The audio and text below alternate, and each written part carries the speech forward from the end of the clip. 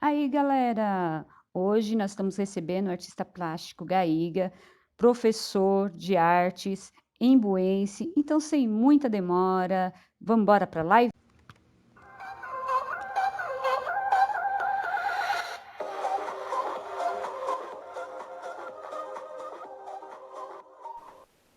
Aí, galera, hoje nós estamos recebendo aqui na nossa live, no nosso bate-papo direto, o artista plástico Gaiga.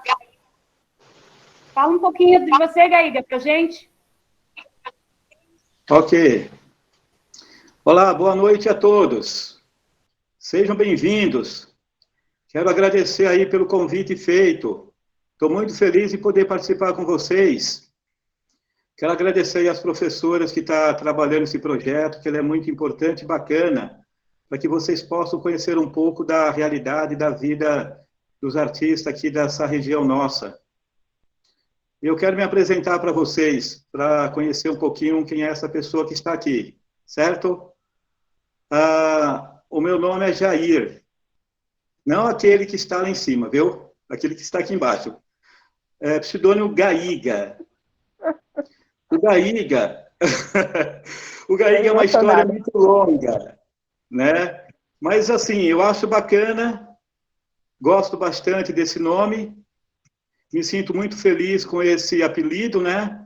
A princípio eu ficava um pouco chateado porque é coisa de adolescente, mas, enfim, estou satisfeito com esse nome Gaiga. Eu tenho esse apelido há mais de 40 e poucos anos. Há muito tempo que eu tenho esse apelido de Gaiga. E aí, como eu acabei me envolvendo com arte, acabei achando que esse nome é maravilhoso, é um nome bacana e vale a pena continuar tendo esse nome de Gaiga. Eu sou artista plástico e professor de arte da rede pública. Sou mais artista plástico do que professor, porque parece que o meu coração e a minha mente ela é muito mais focada dentro dessa questão do sonho, da vida, né? Sou formado em artes plásticas pela FAAP, Fundação Armando Alves Penteado, durante 5 anos que eu estudei artes, participei de algumas exposições de arte, né? Painel de Arte Brasileira Contemporânea em 94, iniciei essa atividade, assim, essa paixão pela arte quando eu era jovem, né, adolescente, no Museu Lazar Segal, na Vila Mariana. Todo final de semana eu frequentava o museu, porque lá eles ofereciam oficinas culturais. E eu saía aqui do Embu das Artes, né, do Santa Teresa, ia para o Museu Lazar Segal, na Vila Mariana. Acabei ficando lá durante bastante tempo. Depois, acabei achando que eu deveria estar me formando em artes plásticas, que é um verdadeiro sonho. Eu, assim, também realizei bastante atividades culturais na periferia do Embu das Artes. Eu cheguei no Embu das Artes em 68. Lá, eu fiz o Festival de Música Canta Teresa. A gente perdeu o Gaiga, será? Ele caiu?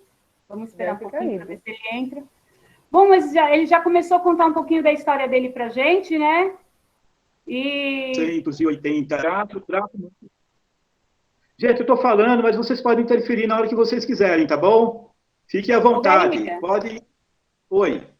A gente perdeu um pouquinho o seu som. Você ficou um tempinho fora. A gente parou bem na hora que você estava falando da FAAP lá, que você se formou e que você começou a se envolver com artes, e aí você se formou, aí a gente perdeu o seu som.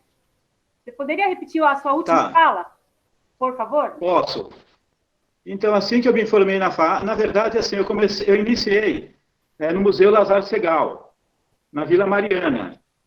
Lá eu frequentei durante 2 anos, todo final de semana, sábado e domingo. Saía do Embu das Artes, aqui do Santa Teresa, né? Ia para a Vila Mariana, no Museu Lazar Segal, e lá eu frequentava as oficinas que tinha na época, né? De pintura, de gravura, xilogravura, litografia, né? Fotografia. Então, acabei me envolvendo com essa questão. Depois, acabei achando que deveria estar me formando em artes plásticas, né? Aí, entrei na FAAP, prestei o concurso, passei na FAAP. Foi bastante interessante, porque, primeiro, quero deixar bastante claro para todos vocês que eu sou de uma família muito simples, muito humilde, e eu tenho o maior amor e carinho por essa família minha, né? E a única pessoa nessa família que conseguiu ter uma formação universitária sou eu, mas com um sacrifício muito grande, com uma batalha muito grande, principalmente no período que eu me formei, né? Também trabalhei com adolescentes infratores durante 15 anos, fazendo acompanhamento e orientação com atividades socioeducativa e também interagia com essas criançadas com as artes, né? Então, a minha fala sempre foi focada em arte com essas meninadas. Eu também toquei no assunto, assim, que no Santa Teresa nós organizamos um festival de música, Canta Teresa. Esse festival de música, ele teve 7 edições. Começou em 1982, e aí a gente foi até em 87, 88, mais ou menos. Isso acontecia na periferia da cidade do Embu das Artes.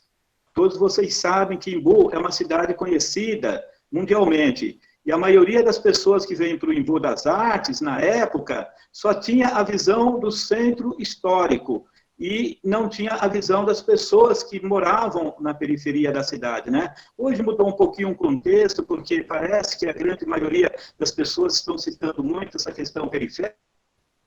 Ele está com algum problema lá, que a gente perdeu o som dele de novo. Deve ser ruim lá, né, o sinal. Mas ele volta, daqui a pouco ele volta. Mas interessante, né, a gente está observando...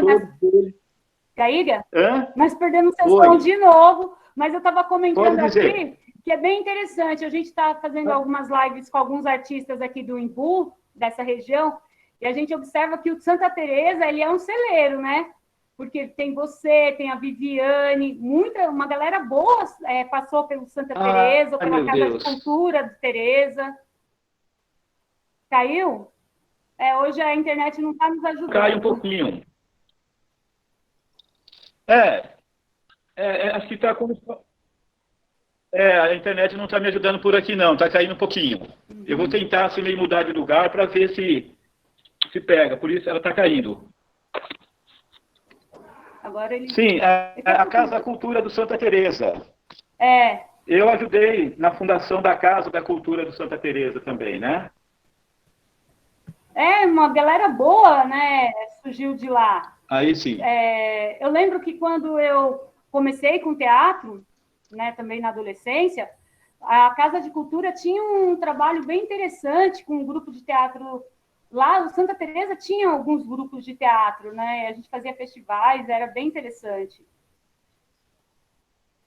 De fato, né? Teve um momento muito importante da vida, né? Hoje eu tenho uma visão um pouquinho diferente do que em relação ao passado, né? Mas, assim, foi realizado bastante atividades culturais, sim, né? Não pode ser negado essa questão. Né? Oficina de teatro. Mas antes da Casa da Cultura do Santa Teresa, tinha esse grupo de teatro chamado Trato Humano, né? Que, assim, basicamente, os acontecimentos culturais que aconteceu no Santa Teresa foi esse grupo, que ele teve uma vida de mais de 15 anos. Né? Isso começou lá em 79, mais ou menos, que era um grupo de umas 15 pessoas aproximadamente, né? Que acabou se envolvendo, jovens, né? Que não tinha muita oportunidade de ter espaços de poder vivenciar situações diferenciadas, né? No Embu, para se ter uma ideia, você não tem um teatro, você tem o Teatro Solano, né, do Solano Trindade, mas você só aquele espaço que você tem, você não tem outro espaço de teatro, né? E também tem uma coisa muito bacana, as escolas de samba, né, que teve também, na periferia também da cidade, no Santa Teresa, também teve grupos muito bons, assim, de escola de samba, né, os Unidos do Santa Teresa, que, só para se ter uma ideia mais ou menos, esse grupo, eles mobilizavam a média de quase 6, 7, 8 mil pessoas em épocas de carnaval, né. Então, assim, o Teresa foi um local muito bacana, assim, muito interessante para a questão da arte e da cultura periférica, né? O Teresa, assim, o Embu foi considerado uma região muito violenta, né? Muito agressiva, né? E, assim, muitas mortes. Eu mesmo tive, durante a minha vida, eu perdi bastante amigos meus, assim, assassinados pela polícia, né? Principalmente por ser negro, né? Isso há muitos anos. Eles pegavam e agrediam, né? E sumiam com as pessoas, assim, de uma hora para outra, sem que a gente soubesse. No dia seguinte, as informações é que essas pessoas tinham desaparecido, que a polícia havia feito esse enfrentamento aí de tirar a vida dessas pessoas, pelo menos na época em que eu era jovem e adolescente, isso aconteceu muitas vezes, né? Mas também, assim, é muito legal falar de arte, né? É maravilhoso falar de arte, falar de poesias, falar de desenhos, falar de teatro, falar de dança, falar de esculturas, falar de instalação, de objetos, né, de letras, de música. Essas coisas enobrecem a nossa vida, né, enobrece a nossa alma. Uma coisa que traz assim, uma espiritualidade muito linda e muito bonita, porque a gente acaba entendendo a vida de uma maneira muito mais humanizada. Então, penso que é muito bacana as pessoas se envolverem com essa questão artística, né? E você, Gaíga, você é uma expressão no Embu, né? Porque o seu nome... Bom, eu, que sempre morei no Embu das Artes e me envolvi também com artes bem cedo, sempre ouvi falar de você. Na verdade, eu já te conheci no Embu das Artes, né? Então, assim, é um nome de muita expressão. O que você acha, assim, na sua opinião, por que o Embu das Artes está perdendo tanto essa questão do movimento artístico hoje em dia? Eu vejo que a arte, não pelo fato dela fazer as pessoas pensarem sobre a vida, então ela basicamente sucateada, né? Ela é marginalizada. Ela é uma coisa que não dá importância verdadeira, né? Você vê, a gente...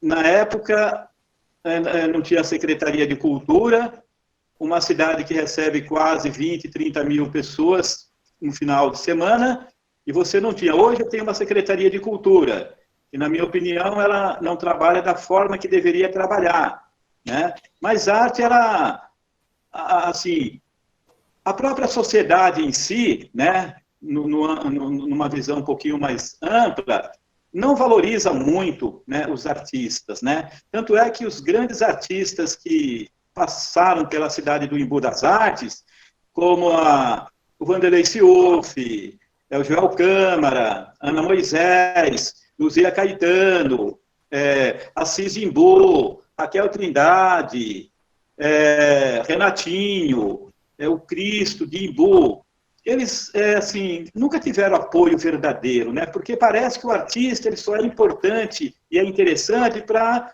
agregar público, né? Para os políticos, né? Fazerem as suas campanhas. Então, raríssimas vezes se percebe que o discurso e defesa em relação ao movimento cultural, ele é firme, é coerente e ele é esclarecedor, e as pessoas elas têm, de fato, nas suas defesas políticas, a questão da cultura verdadeiramente, né? Então, eu não sinto muito isso, né? Ela entra numa pauta, assim, meia parcial, meio, parecendo quase um fantasminha, né? Ali, envolvido com essa questão. Mas uma coisa bacana é que, naturalmente, a arte ela existe há milhões de anos, né? E não é agora que se fala de arte, né? Desde a época da pré-história, né? Do Renascimento, né? Do Barroco, do Rococó, da arte moderna, da arte contemporânea, que é o que se discute hoje, né? Então, assim, ela vai se perpetuar, sabe, para a vida inteira, né? E para a humanidade inteira. Tanto é que nós temos obra de 400 anos. A Mona Lisa era de 1503. E até hoje as pessoas contemplam, né? Gostam do trabalho dela e admiram a Mona Lisa, né? Assim como outros trabalhos de outros artistas. Então, a arte vai se perpetuar e a arte é um universo global, não é só uma questão da cidade, do Embu das Artes. Tudo bem que nós temos que defender o nosso legado aqui da cidade de Embu das Artes, porque tem artistas maravilhosos, né? Mas a arte, ela está no coração e mente das pessoas de forma geral, mesmo que elas não consigam compreender essas questões, mas só o fato dela curtir música, dela ler uma poesia, dela dançar, já é uma manifestação artística que é bastante interessante e importante. A Divani queria fazer uma pergunta? Pode? Posso falar? Então, né, deu para perceber, Gaiga, que você é um artista que vive das artes, principalmente porque você se realiza mais como artista do que como professor. Ou para nós, como que é viver hoje como artista nesse cenário que nós estamos vendo, principalmente aqui no Embu das Artes? Professora Devani, é muito triste ser artista aqui na cidade de Embu das Artes, porque não dá importância, né? Secretaria de Cultura não apresenta um projeto consistente. Os movimentos culturais faz uma força muito grande para sobreviver. Os artistas lutam demais, né, para poder dizer que está presente, né, na sociedade, na comunidade. Então, assim, é lastimável a maneira que se vê a questão do artista, as obras de artes, né, o movimento cultural. Para você ter uma ideia, Ivani, nós não temos um museu de arte na cidade.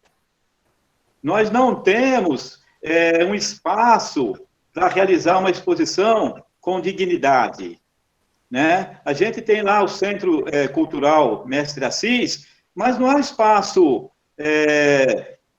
de fato, consistente para que possa valorizar o trabalho dos artistas, né? Os artistas nossos aqui, a gente não tem obras, principalmente daqueles que partiram.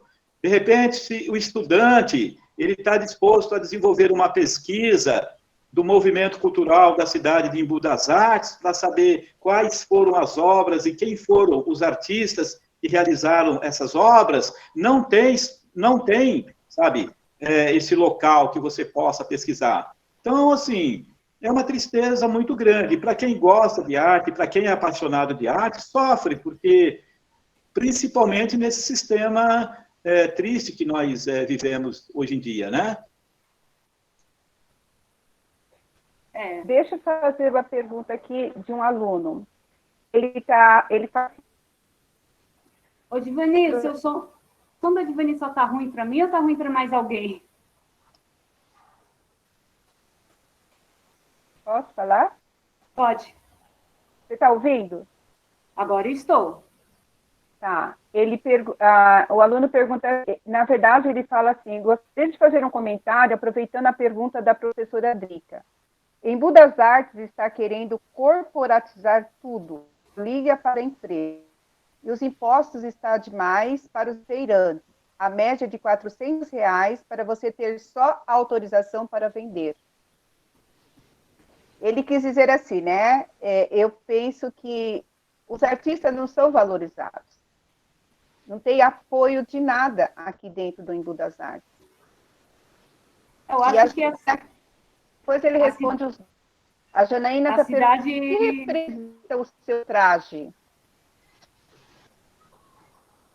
Realmente, Divani, a fala dele tem toda a razão, né?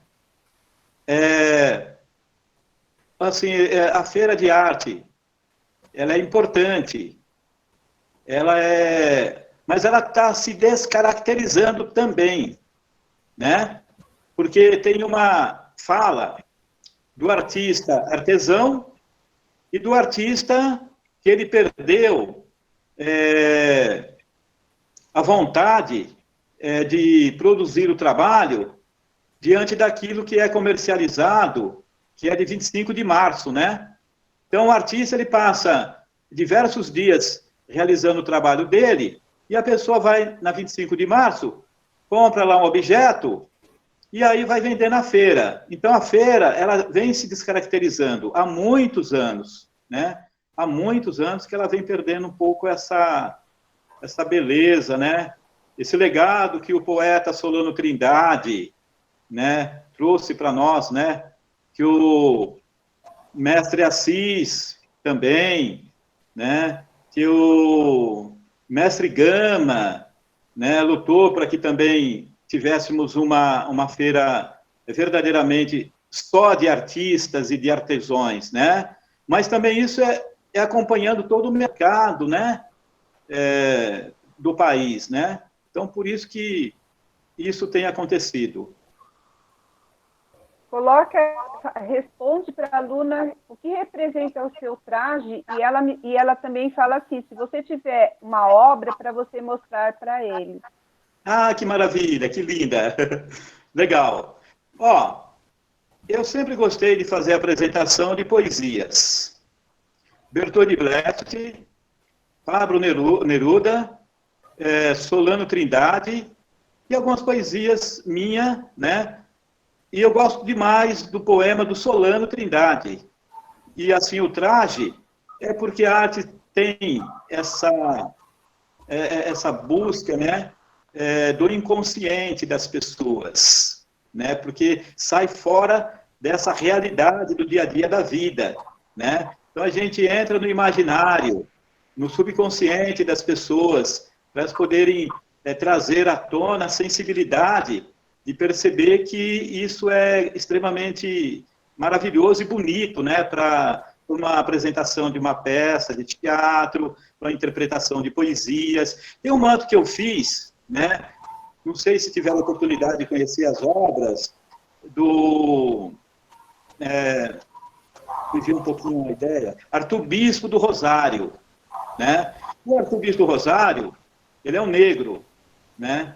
E ele viveu durante 50 anos numa colônia de tratamento de saúde mental. E todas as obras que ele produziu foi para Deus, né? Ele quis, assim que ele morresse, ele queria ter um encontro com Deus. Com essas obras, ele fez um manto de apresentação a Deus. Tanto é que depois, junto com a Nice da Silveira, desenvolveram um projeto de atendimento à saúde mental, utilizando a arte como instrumento para isso, né? E aí eu fiz esse manto de apresentação também, que é uma forma de expressar também, né, e trazer um pouco esse sentimento do imaginário das pessoas. Então, assim, esse adereço é para ficar um pouquinho mais interessante. E também, lógico, né, chamaria a atenção das pessoas. Se eu apresentar uma obra para vocês, né, não sei se dá para ver, eu vou pegar aqui um trabalho para vocês terem uma ideia mais ou menos, tá bom? Um segundinho, rapidinho. Então, Diva, a gente observa que os alunos estão tendo várias participações. A Fátima está aí? É que eu vi que alguns alunos escreveram, mas eu não consigo ler as perguntas, sobe muito rápido para mim, aí sobe da tela aqui, eu não consigo voltar. É que eles estão fazendo assim, eles estão se colocando, eles estão fazendo comentários, não certo? Sim. Mas eu ouvi alguns subindo, achei bem interessantes os comentários deles. Seria legal dar uma lida nos comentários, porque é em cima do que o artista está falando, e é bem interessante a reflexão que os alunos estão fazendo. Só que eu não consigo voltar lá, porque ele está gravando.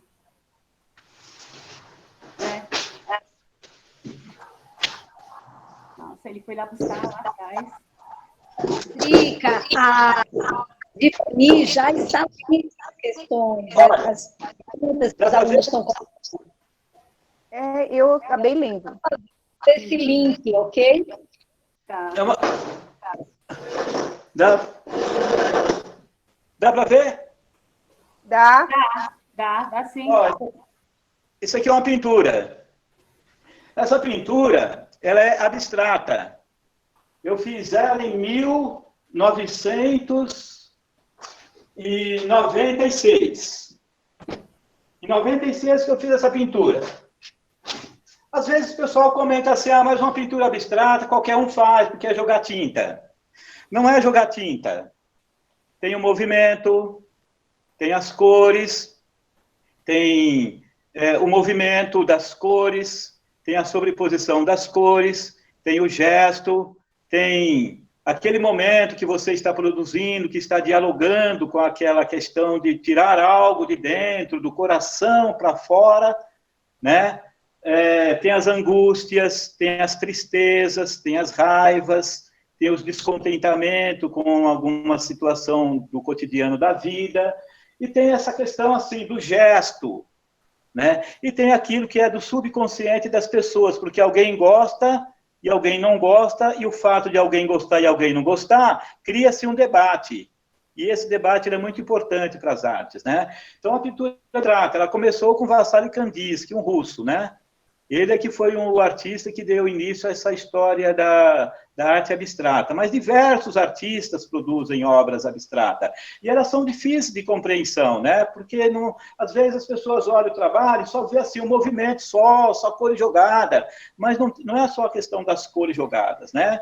Ela é algo um pouquinho além das cores jogadas, né? Essa escultura...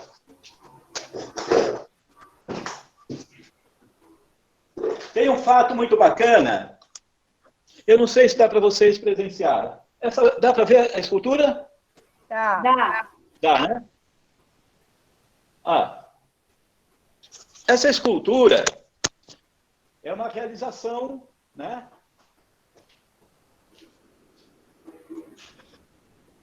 Dá para ver, né? Dá. Sim, dá. Legal. Eu fiz uma escultura que eu coloquei lá no Imbu. Ela foi bastante polêmica. O nu. Muito. Né? Ela foi muito polêmica. Por que ela foi polêmica? Porque nós, brasileiros, temos a mania de ironizar as coisas e não dar importância devida. E eu senti que falta um pouco mais de estudo. Meus queridos, vocês que estão aí me ouvindo, se dediquem a estudar, verdadeiramente de corpo e alma.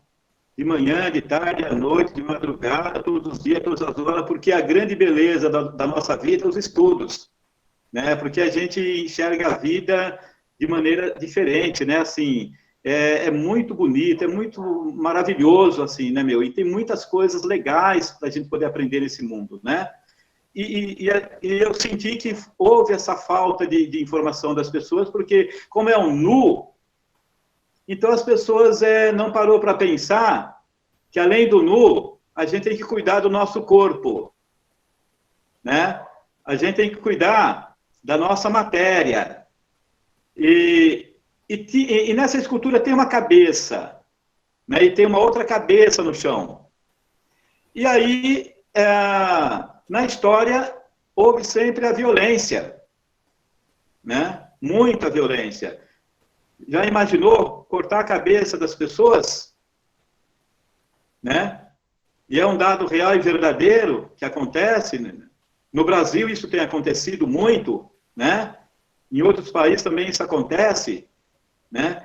Então, assim, ela traz uma reflexão... de várias maneiras, depende do olhar de cada pessoa. Aí eu realizei essa escultura, que é uma mulher nua, né? Mas aí é para mostrar um pouco da beleza e da estética também, né, do corpo.